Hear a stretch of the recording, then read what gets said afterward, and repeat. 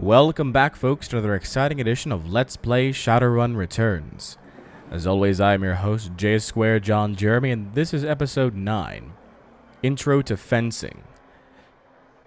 We returned back upstairs to the Seamstresses Union, where we're going to go ahead and speak to Van Gras, an apparent fence for the area that likes to take things off other people's hands. Now, before, we were in the med bay, but as the Shadowrun Returns video game does not have a save slot system, instead working off of autosaves, it returned us back upstairs anyway. So, might as well decide to go ahead and talk with this individual right here, Van Gras. Van Gras is busy talking on his comlink, checking his heads-up display, and motioning to a runner standing nearby, all at the same time. He's an intense little man. You get the sense that he likes to look busy. "I'm Van Gras. Make it quick. Biz is good. Talk to me." Mrs. Kubota said you're a fixer. He still hasn't looked at you. He's going a mile a minute. "Nothing for you tonight. Sorry. I'm doing a thing right now. Important thing. Talk to you later." "Oh, hey, guy. One more thing." He covers his comlink for a moment, tilts his head your way, but you can see he's still staring at his HUD. "I'm a fence, too. If you got anything to unload, come see me." Okay. So, Van Gras. "I need to finish this call. Perhaps another time." Sure. Still trying to find Mr. Delilah, though. Mrs. Kubota said he was in the back bar. But this is the back bar, so I don't really know why he wouldn't be around here.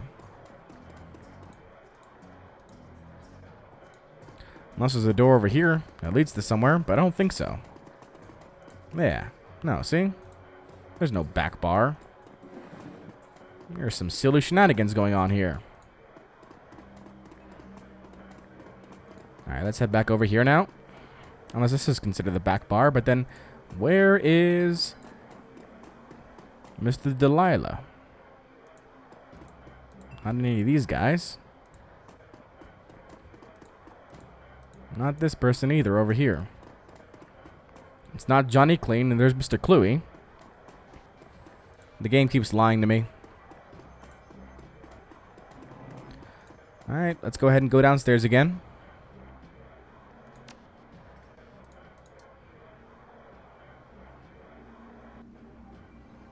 So once again, we're entering the med bay. The entrepreneurial Mrs. Kubota has combined everything a runner might need into a one-stop shopping experience. Black market equipment, high-end magical talismans, and a fully stocked cyber surgery dealership. These guys are staring into nothingness over here. Fantastic. What about you guys over here? Welcome. No bunks available. Oh, really? What if I just took a peek inside here? Ah, I can change my equipment in here. Very nice. So, right now, I've got a baseball bat equipped. I can get rid of that. I don't need a baseball bat. I use my fists. Fists of Fury. I have a couple spells right now equipped. And my items. Dock Wagon Basic Trauma Kit. Basic Med Kit. Kamikaze. Fichetti Frag Grenade. Jazz. And Advanced Med Kit. I also have here a Concussion Grenade. Nitro. And a couple more basic med kits. I'm okay with what that is right now. I guess I can switch around Paco as well, but I don't know how long Paco's going to be with me. So, maybe not. Maybe not quite. So we can go ahead and talk to, this must be the back bar area. You, nope, Eric Mersman, T.B. Gruberman. Dr. Sarah Castle. Make it quick. I need to operate. Thanks for helping me out back there. Looked like you could use a hand. Ouch.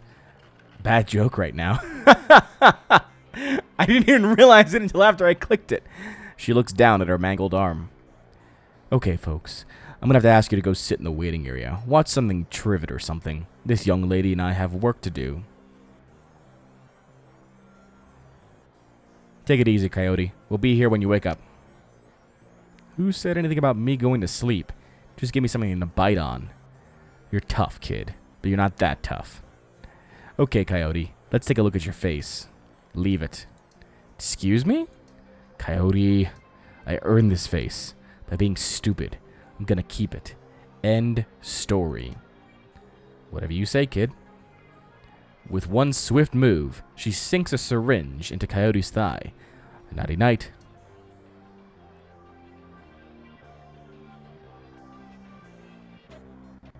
Hey, look! Coyote! Coyote looks better, both better and worse than you last saw her. All the gaping holes are plugged, and she's sporting a shiny new cyber arm. But now that the adrenaline has worn off, it's clear she needs some rest. Good morning.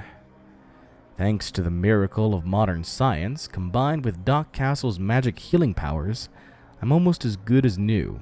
Better, really.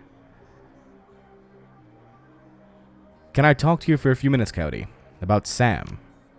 Sam Watts. What about him? Sam's dead.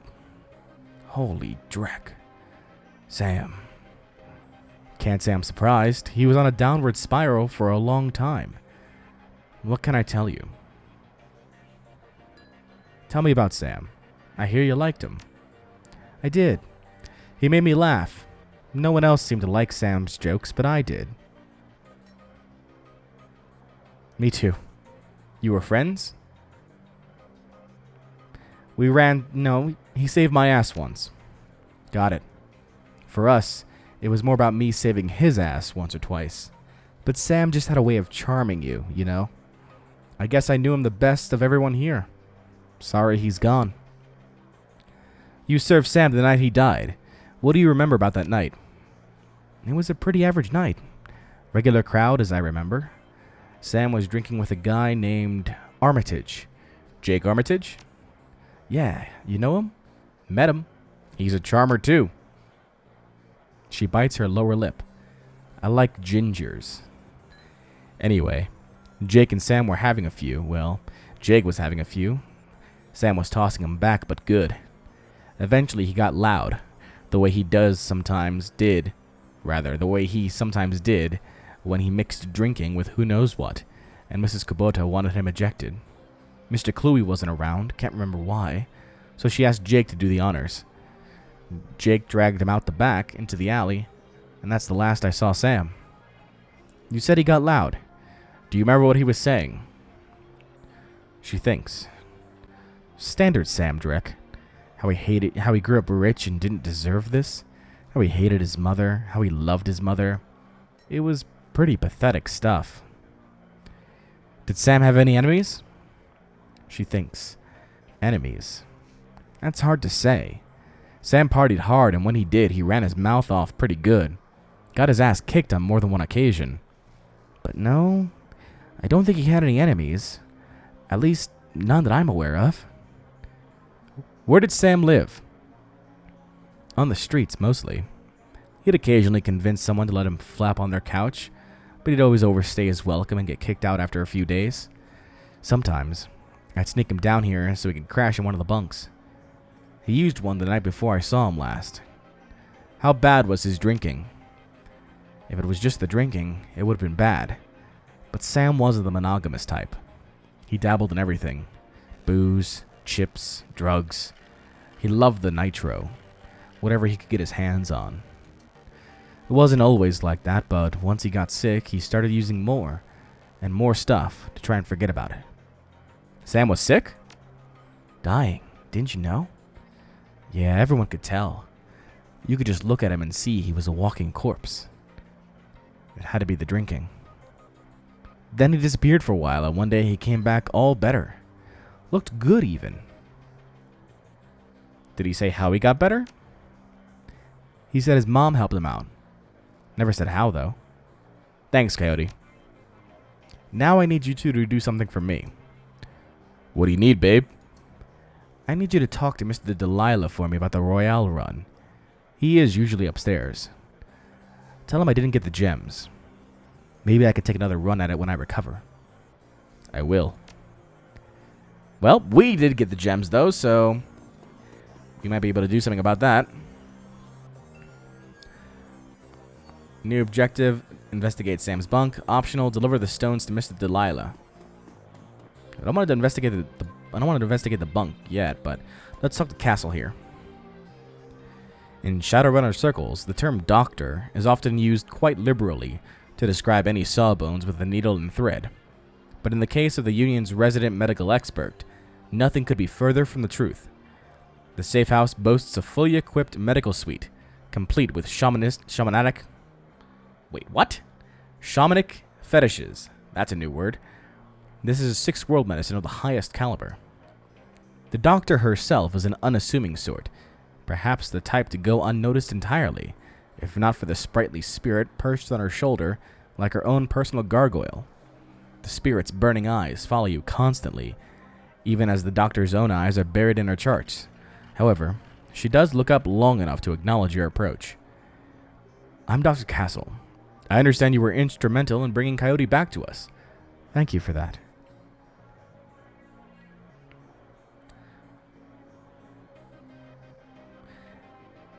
You're welcome, Doc. And I gotta say, that was some work you did on her. Your talents may be going to waste down here. High praise for a simple arm swap, especially since she wouldn't let me repair her face. She noticed you highballing the facilities. I can tell you're surprised to find a full-service medbay under a dive bar in a slum. Don't be. This is a Shadowrunner bar, after all. For a purveyor of cyberware and trauma kits, there is no better place to set up a practice. I patch runners up, install and maintain their cyberware, and provide medical supplies for their runs. I may not be as mobile as Doc Wagon, but I'm the next best thing. Can I help you with anything? Tell me more about trauma kits. Trauma kits are fully automated stabilization units that include a defibrillator, spray-on synthetic skin, and medical nanomachines. They can save a runner's life if you move fast enough. So if you're bleeding out, one of those can get you back on your feet? Exactly. But you have to be quick.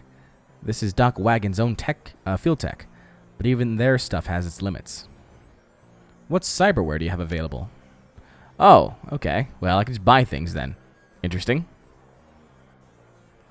I'll take a look at that in a second. I see shamanic... I think that's the way you pronounce it. Shamanic fetishes. You a shaman too?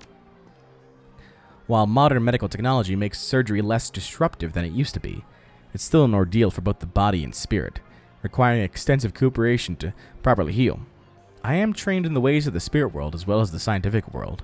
I do my best to heal the whole patient.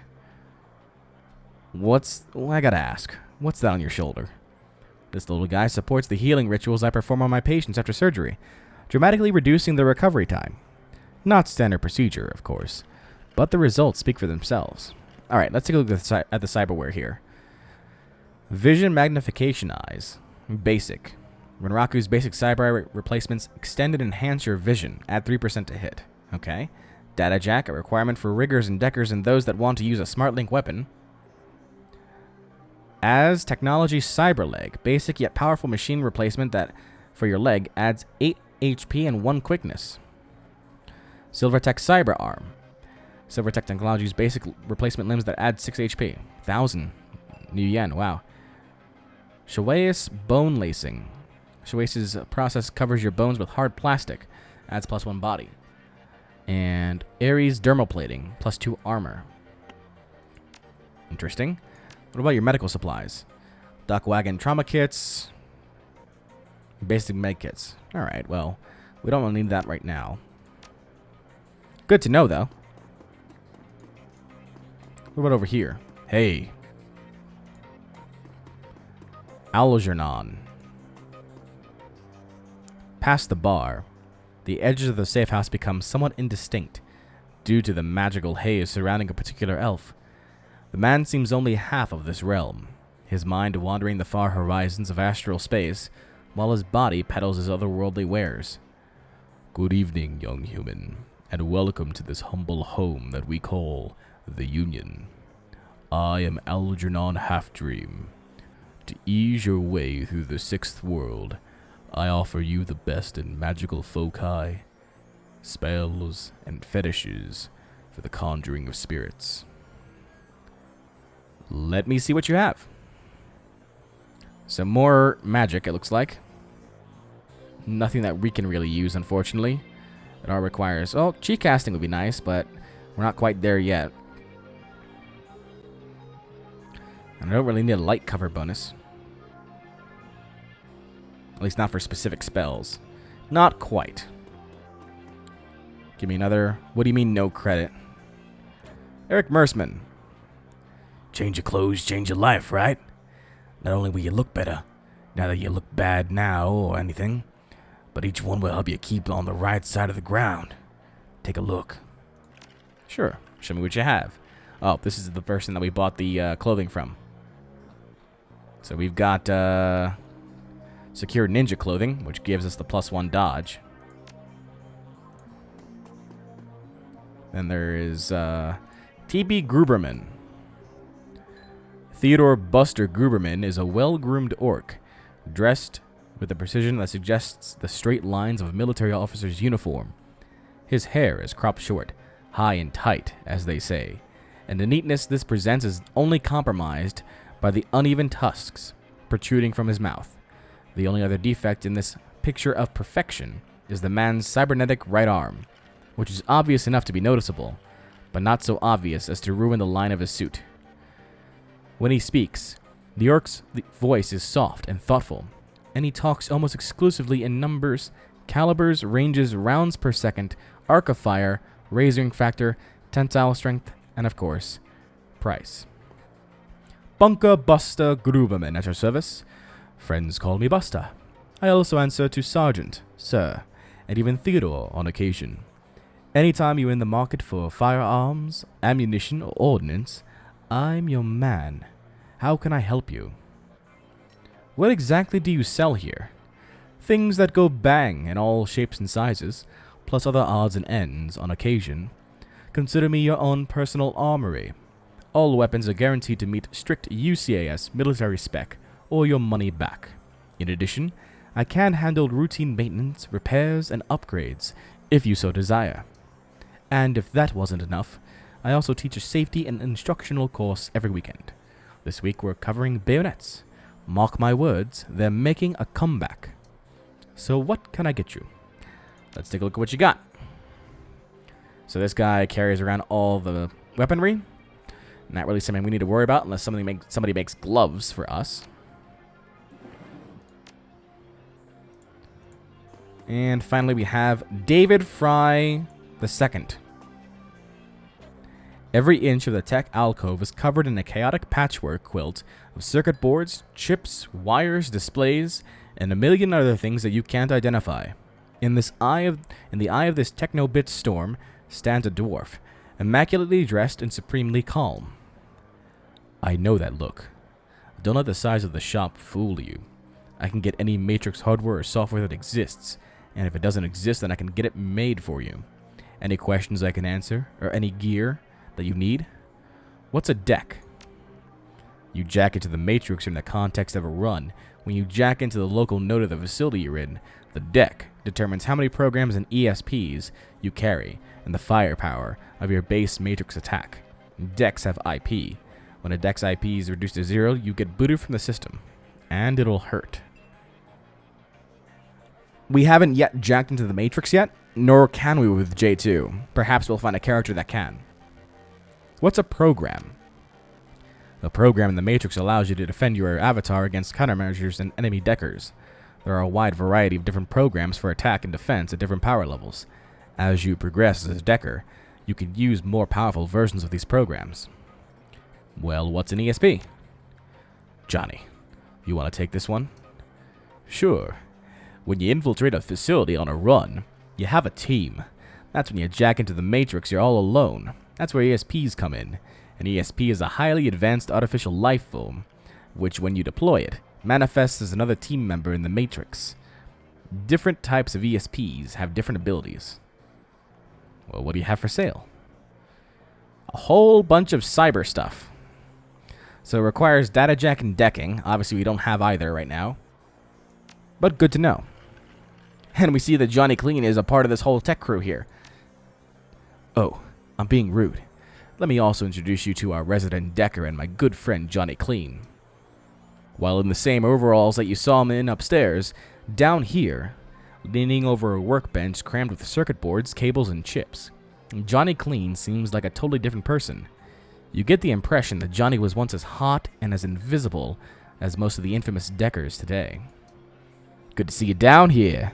Happy to be of help if I can be. How is decking used?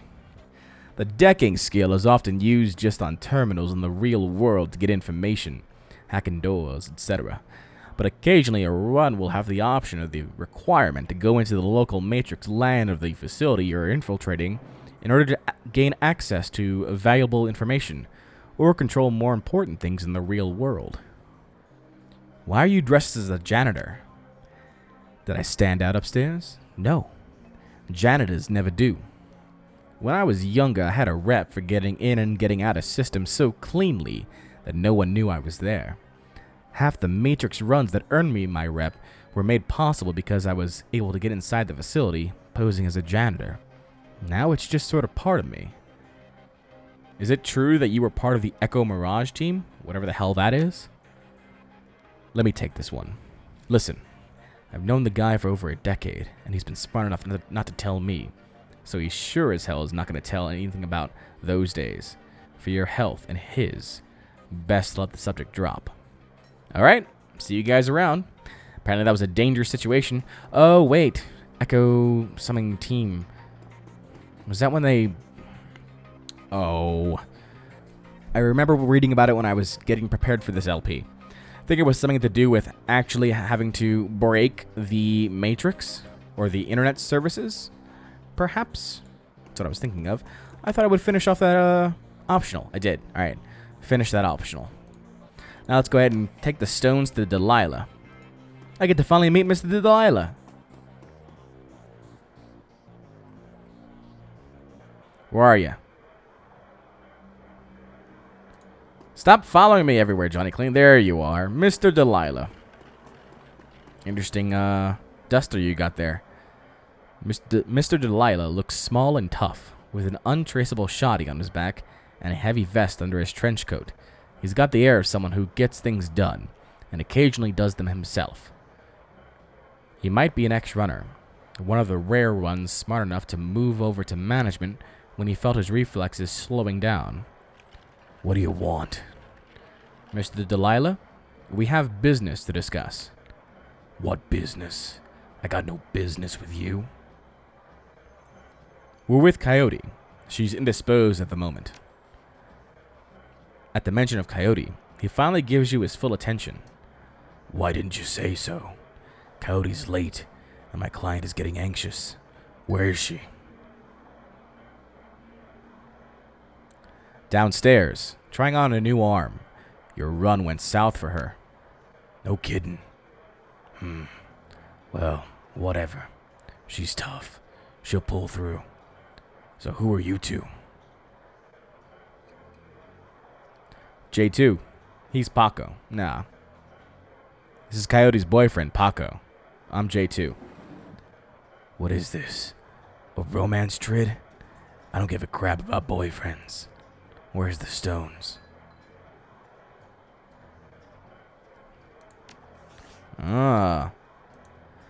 Rare stones. A variety of unusual stones that have intense colorings and various markings. I can give him all the stones, hold back the best stone and give him the rest, hold back the pebble with the runes on it and give him the rest. I don't really know what the stones do.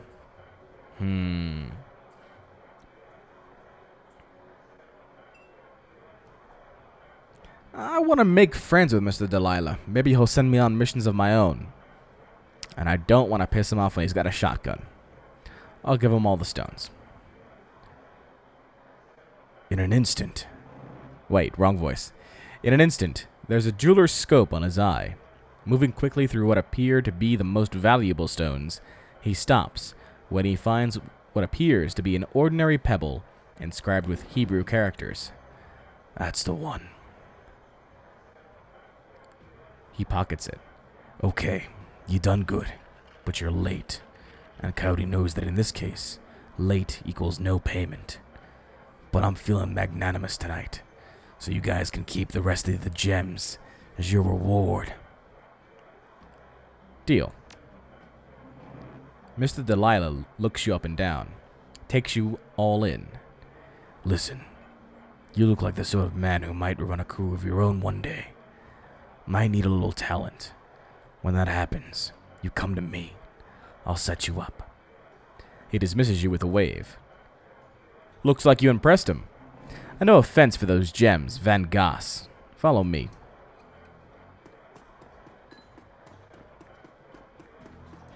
Alright, so gotta talk to Van Goss now for the remaining stones. Van Goss is fiddling with the cyber eye while noodling on his PDA. Charisma 3. Nope. I wanna... Can I do it? Nope, I only got 2 karma. Damn it.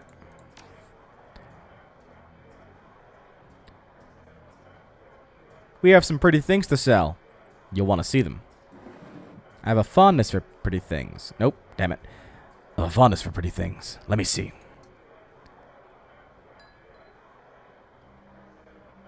You hear the servos in Van Gross's cyber eye whir as a magnifying lens slips into position. He bends his head over these stones for 2 seconds. Maybe less.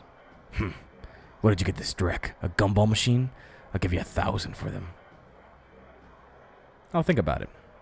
Suit yourself. Yeah, I don't trust you, Van Gross. Not one bit. Alright, I need to find some way to level up my skills and charisma. Whether it's through the... getting the academic etiquette, or just in general leveling up my charisma. I get the feeling that he's dripping us on the stones.